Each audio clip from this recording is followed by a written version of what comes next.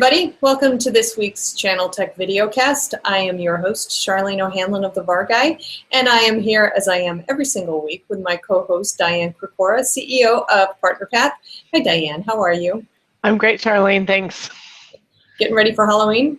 Yeah, I was trying to figure out how to make a spooky video cast this week, but I can't come up with an answer. Well, maybe we can find some special effects in Google Hangouts or something like that we can add. Or maybe I can put something in during the editing process. We'll see. Maybe I can have like blood come down the screen or what something. Scares you about the channel? Yeah, right. The channel horror stories. We could have done a whole thing on that. Anyway. So, you have been busy with your channel chief roundtables, and last week we talked about the first one that you did in Boston, and last week you did one right there in Silly Valley, and so I'm hoping that maybe this week we can chat a little bit about that. Yeah, so we had our second roundtable out of three. We will have one more, so if you're interested, there's one more chance to get into one of our roundtables, which is November 6th. So send me an email if you want to get into one of our roundtables. Where is it? It's in our offices in Menlo Park. Oh, okay. Mm-hmm. So last Friday, we hosted at Google, and we had 12 very interesting and exciting channel chiefs. The difference from the West Coast from the East Coast was pretty evident in some of our conversations, and we were trying to figure out really kind of why. And certainly those here in the West Coast were from much bigger companies. We had Google and Salesforce and Cisco and Riverbed, and I mean, just a lot, and NetApp, just a lot kind of bigger organizations, because most of their headquarters are here and they could come over for face-to-face. So it was really interesting to see the difference in conversation. We didn't drive kind of the same agenda or the same conversation. We really let the group come up with what trends or challenges are they facing. So, was the tenor such that they felt less stressed, or there were fewer things keeping them up at night than the folks on the East Coast? Well, I think it's just different things that is keeping this group up at night. We had more conversations around growth, and we talked a little bit about it last time, but really around growth, how to measure your growth, what are those metrics that you should care about, how to sell that up to the executives, what systems and tools do you need. So we spent a lot of time really talking about driving the ecosystem growth and what that meant for these channel executives and kind of how they were going forward and talking about growth. We're in the East Coast one. We spent more time talking about enablement and driving demand, and I think some of the more tactical items of actually achieving that growth rather than the measurement of growth itself. Gotcha. So what do you think were kind of the key takeaways from the West Coast crowd? Well, certainly the conversation evolved around how do we measure growth, not from the number of partners that are in our ecosystem. There was a resounding conversation around we have to stop saying things like we have 24,000 partners in our ecosystem or 260,000 partners in our ecosystem. That's really not a measure of anything other than just sheer volumes of people that have come to you interested in your solution. So really started to drill down on things like, net new customers that the partners were bringing and driving to you, even though it wouldn't be an indication of overall success because it's only a small portion of kind of the overall revenues, but things like deal registration and how many of your partners are downloading your content and really looking at different metrics. That was kind of one of the key things. And then we also got into distribution, which was also a pretty interesting topic. Oh, interesting. Can you share any of that? I mean, is distribution a good thing or a bad thing with these guys? Well, and that was the kind of the really interesting part of the conversation was some of them really feel that distribution is critical to their logistics chain. And then others, like Google and Salesforce, for example, didn't really see that value of distribution. And some of the kind of smaller software-oriented companies really aren't seeing the value of distribution in terms of how are they going to play in a cloud or subscription model going forward. So we had a lot of debate around, is there a place for distribution? Is there a place for all the distributors we currently have, both in North America and around the world? Where there'll be consolidation? How do you pick your winners? There was a lot of conversation around this type of channel partner. So are they thinking that the software guys, are they thinking more along the lines of maybe cloud services brokers being their quote unquote distribution arm, and then the older, more kind of hardware centric folks are really putting the, see the value in value added distribution as we know it today? Well, we tried to see if that was to steer the conversation around, are cloud services brokers really one of the ways that you're going to get that distribution or that leverage?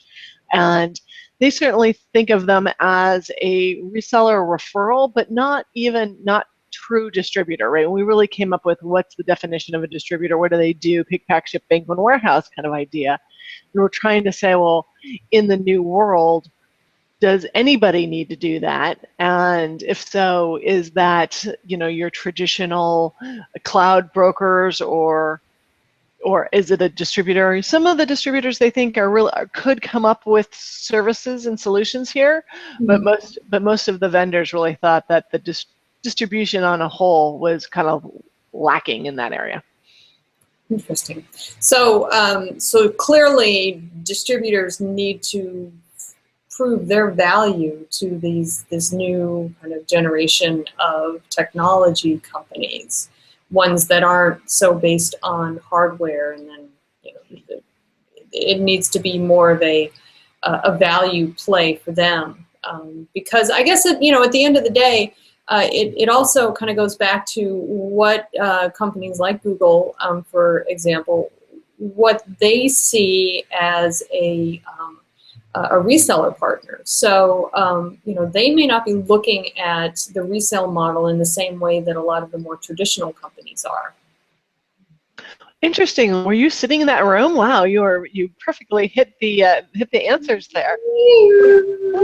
I wish I was sitting in that room. I would have loved to have heard the conversations. It was really fun. So we went from growth to distribution to really ending up in that conversation of, how do we stop talking about partner types by labels in terms of, are they a reseller or solution provider? I mean, you and I have had this conversation how many times? We even still, I think, have a quiz out there in terms of what do we call these guys.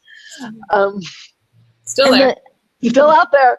And really talking about what the partners do for you. And then the conversation also went to, and what is their business model? If, are they reselling? Is that where they get the majority of their revenues? Are they offering services? Are they a managed services, right? So we kind of devolved from, are they a reseller, a referral partner, managed services, cloud broker, kind of all these labels that we've known and loved so much, into really, they're all of the above, and how do we really start engaging with partners based upon their business model and how they make the majority of their money. Did they come up with any ideas as to what their resellers, service provider partners, whatever they're going to call, did they come up with any sort of nomenclature that could be kind of an umbrella term? Well, in terms of, are they channel partners or solution providers, that answer that we're still looking for. So fill in the survey, people. What do we call these guys? We really kind of came back time and time again to solution providers, because they were really saying that the goal is to offer a full solution to the customer. Full solution, even being if it's a reseller and their primary model is reselling, then how do they offer kind of that solution selling to the customer? So we all kind of fell back into being a solution provider. Well, I don't have a problem with that term at all. In fact, the only thing that I was thinking about when we were having our discussion earlier about the fact that so many people in the survey still wanted to be called channel partners or partners. I wonder if they were actually thinking of partner from their customer point of view, because they want to be partners with their customers rather than partners with their vendors. Mm-hmm. So, it's just another way of thinking about things, I think. But it'll be interesting to hear what comes out of your third roundtable, which is happening, you said, next week? What do we got? Friday, November 6th. Friday, November 6th. All right, yeah, that's next Friday. So, yay! So we'll talk about that the following week. And it'll be, what are you guys going to do with this information once you've got all of these roundtables done? Do you guys use this information as the basis for a paper that you put together or a study that you put out to the channel, or what happens? There's really two things that we use this for, and the reason that we're doing three kind of all back to back right now. One is that we're coming out with the questions for our 2016 State of Partnering study, which we do hope Penton will sponsor with us again this year. We thank you for that last year, and thought we had a really great partnership in that. So we're working on those questions in terms of what are the concerns and challenges and trends, so that we're asking things that are relevant versus things that we might have asked 10 years ago when we started this survey. So that's one thing, is on our State of Partnering, which will be the 10th year. Can't believe it'll be the 10th year. I'm not that old. And then the second thing is we do blog on them and help send out those trends and those conversations that these executives are having, just to kind of share those thoughts and comments and get kind of the bigger ecosystem engaged in those conversations through blogs and the comments, et cetera, on that. So those are kind of the two outcomes of this. Cool. Well, I'm sure that it's going to be well received among the channel crowd. And that stuff, is that going to be shared on the PartnerPath site as well? Yes. It's all. Huh? I said excellent. Excellent. Excellent. Yeah, it all comes out of the PartnerPath site, and and certainly when we do the study, when you guys hopefully will help us and co-sponsor the 2016 study with us, it'll be on the Penton site as well. Awesome. All right. Well, keep us up to date on what's going on, and I'm sure we'll find something different to talk about next week while we wait for the third leg of the round table per se. But until then, we would love to hear what you guys have to say about what's happening in the channel and this topic, and as well as other topics that we've covered in the past, and any topics that you would like us to cover on the ChannelTech VideoCast. So please utilize that comments box that's right below me. You can also send your comments over to the PartnerPath website, which is www.partner-path.com. And I'm sure Diane would love to hear any thoughts that you have about the channel as it pertains to the State of Partnering study. So I'm just throwing that out there, but meanwhile, what did I miss? We got next week's ChannelTech VideoCast that's happening the same time, same place, and then we'll hear about the next roundtable after that. And before you know it, it's going to be Thanksgiving. But right now, let's just get through Halloween, okay? Halloween. Let's get through Halloween. Get through Halloween. All right, great. Well, until next week, thank you, Diane, as always, for taking a few minutes and chatting with me via video. Great to see you, Charlene. Great to see you. All right, we'll see you next week, and we hope that all of you will join us next week on the ChannelTech VideoCast. Until then, I'm Charlene O'Hanlon signing off.